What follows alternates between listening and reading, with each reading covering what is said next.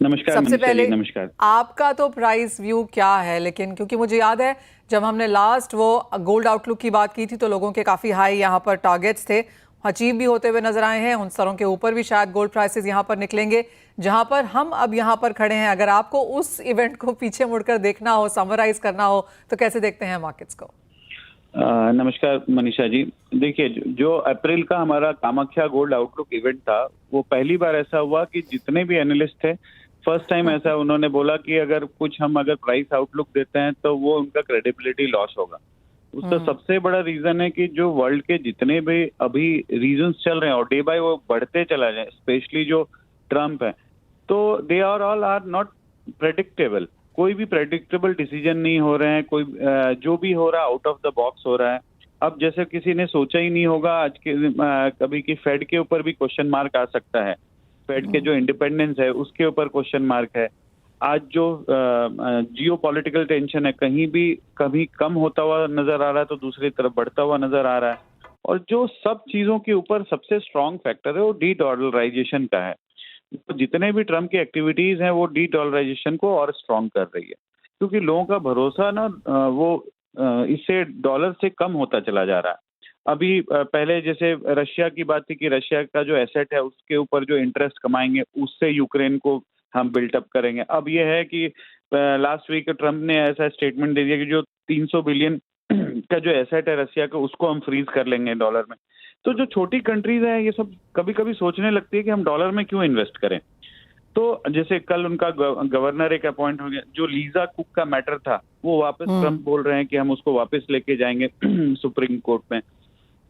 तो इन सब चीजों से देखने से एक ही चीज है सबसे बड़ा, जो डी डॉलराइजेशन।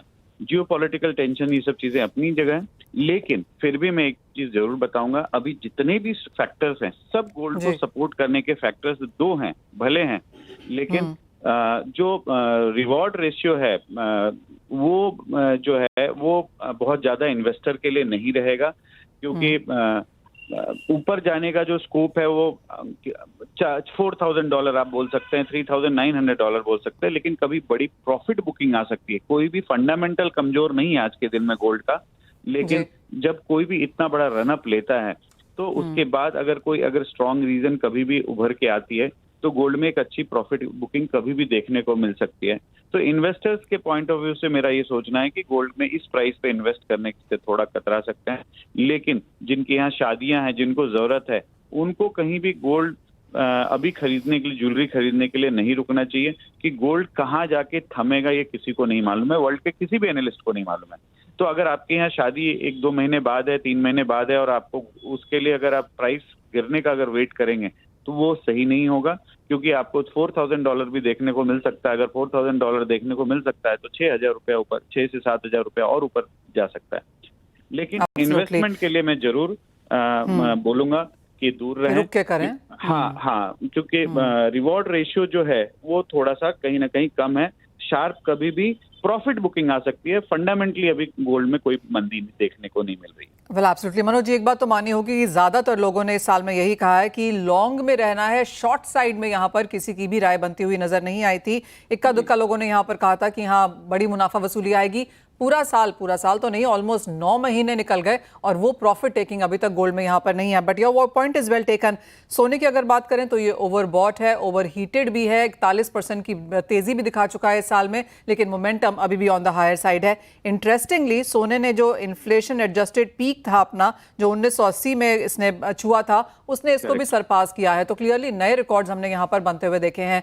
मनोज जी, जहाँ तक सोने की बात है, जैसे आपने कहा तेजी जा सकती है, कॉशियस रहें, मुनाफा वसूली भी अच्छी खासी आ सकती है। और जी हाँ, काफी सारी रिपोर्ट्स बताती हैं कि 3300-3400 के लिए तो आपको तैयार रहना चाहिए। अगर वो लेवल्स टूटते हैं तो फिर हम 3200-3000 की तरफ भी जा सकते हैं, लेकिन उन लेवल्स के साथ भी हम 20-22% इस साल में ऑन द हायर साइड होंगे। तो ऑफकोर्स अभी 3 महीने बाकी हैं और सोने में यहाँ पर काफी खेल बाकी है।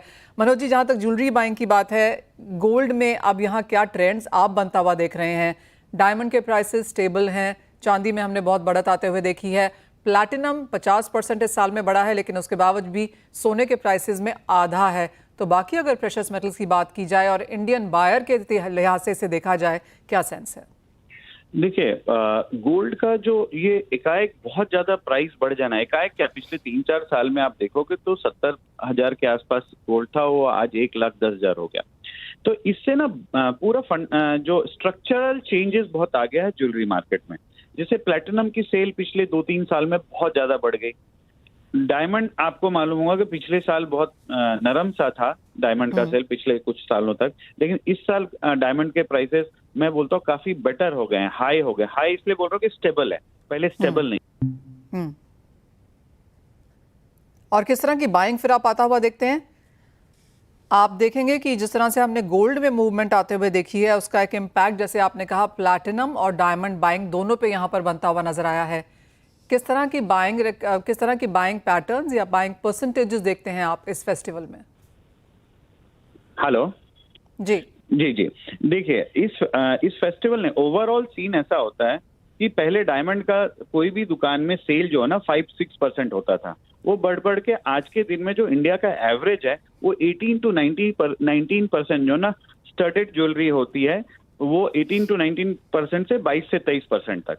अब उस 18 to 19% में आप मेजोरिटी जो है वो डायमंड है, और डायमंड जो बहुत बड़ा फॉल था, डायमंड के प्राइसेस भी अब जो 40% तक गिर गए थे वो वापस 5-10% बढ़ गए आप। और डायमंड ये अप ट्रेंड में जाने लगा है। और सबसे मजे की बात है कि आज अगर आप देखेंगे कि फुटफॉल में जो डायमंड का सेल है वो फुटफॉल बेसिस पे 40% लोग जो है ना डायमंड खरीद रहे हैं, नॉर्थ और ईस्ट एंड वेस्ट में। साउथ में जो है करीब करीब वो 20% के आसपास है, 18 to 20% का रेशियो। लेकिन इन मतलब जो जोन वाइज अलग अलग है। पोल्की का सेल पूरे इंडिया में बहुत ज्यादा बढ़ गया है पिछले 4-5 सालों में, और इस साल और ज्यादा, क्योंकि कम पैसे में थोड़ा बड़ा दिखता है, और रियल पोल्की का बढ़ गया है काफी सेल। इसी तरह प्लैटिनम में आ जाइए, प्लैटिनम का सेल जो है ना 300% तक बढ़ गया पहले से। तो ये सबका मार्केट शेयर किसका खाया? फाइनली मार्केट शेयर गोल्ड का खाया। तो गोल्ड जो प्योर पीले माल का सेल था पहले से काफी कम हो गया। उसके दो रीजन है, एक तो प्राइसेस बहुत हाई हो गए, दूसरा जो फैंसी ज्वेलरी है जो ज्यादातर है वो लोग, इसमें बहुत सारे लोग कन्वर्ट हो गए। जिन्होंने पहले पीला माल खरीद लिया, अब उनको डायमंड चाहिए, अब उनको पोल्की चाहिए, अब उनको प्लैटिनम चाहिए। तो इस तरह से वो ट्रेंड बढ़ गया। लेकिन अगर ओवरऑल सेंटिमेंट अगर इंडिया का देखने जाएंगे तो आज 40% से 50% सेल्स डाउन है पूरे इंडिया में। उसका एक ही रीजन है कि बेस जो होता है ना कोई भी दुकान का, वो गोल्ड होता है। फुटफॉल जो बढ़ाता है वो गोल्ड होता है। तो एक्चुअल फुटफॉल ही कम है तो ओवरऑल सेल कम है। लेकिन इस फेस्टिवल सीजन में मुझे ऐसा लगता है, स्पेशली आफ्टर नवरात्रि, जो 2-2.5 महीने का वक्त बचेगा वो ज्वेलर्स के लिए काफी अच्छा रहेगा। मुझे नहीं लगता है कि अब गोल्ड और भी बहुत बड़ी तेजी में यहाँ से दिखेगा शायद, और उसका बेटर हो। और लोगों ने खरीदारी नहीं की है। रिटेल में ना पिछले 2-3 महीने में केवल वीकेंड्स का बिजनेस रहा है, सैटरडे संडे का बिजनेस रहा है।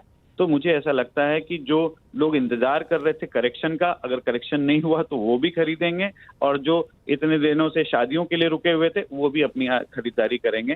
तो आई थिंक सो पिछले साल का जो वेट वाइज था वो तो शायद इस दिवाली तक थोड़ा मुश्किल होगा मैच होना, लेकिन सीजन बेटर होगा।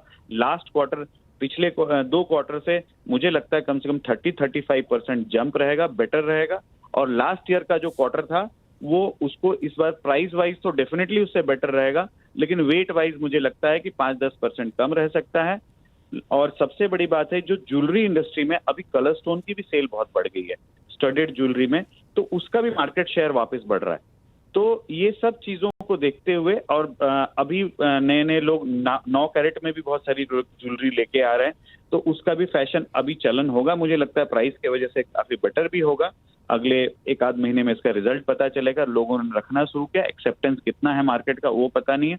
लेकिन जरूरी नहीं है कि 9 कैरेट की ज्वेलरी बहुत ज्यादा चलेगी, क्योंकि आपको एक चीज बता देना चाहता हूँ, 18 से जब 14 कैरेट की ज्वेलरी एकाएक मार्केट में आया तो इनिशियली कस्टमर्स ने काफी एक्सेप्ट किया, लेकिन बाद में बहुत लोगों ने 14 कैरेट से वापस 18 कैरेट में चले गए। तो मार्केट में एक सेंटिमेंट होता है कि वो गोल्ड उनको प्योर ही चाहिए। प्योर मीन्स 18 कैरेट या 22 कैरेट को ही समझते हैं। तो ओवरऑल मुझे ये भी देखना बहुत इंपॉर्टेंट है कि 9 कैरेट का ज्वेलरी का कितना मार्केट में एक्सेप्टेंस होगा। लेकिन बहुत जरूरत है आज के दिन में गोल्ड प्राइस स्टेबल होना, कि गोल्ड प्राइस ऊपर जाता है या नीचे जाता है, दोनों केस में मार्केट खराब होता है, बिजनेस खराब जी। होता है। तो स्टेबिलिटी बहुत जरूरी है। ज्वेलर्स जी। ने बहुत तगड़ी तैयारी की हुई है पूरे इंडिया में, और ओके। वैरायटी ऑफ ज्वेलरी बनाई हुई है, स्कीम्स बहुत अच्छे लाए हुए हैं। और मुझे ऐसा लगता है कि इस बार का जो लास्ट क्वार्टर है, वो पिछले 2 क्वार्टर का बिजनेस को भी कहीं ना कहीं बीट करेगा। संभालेगा।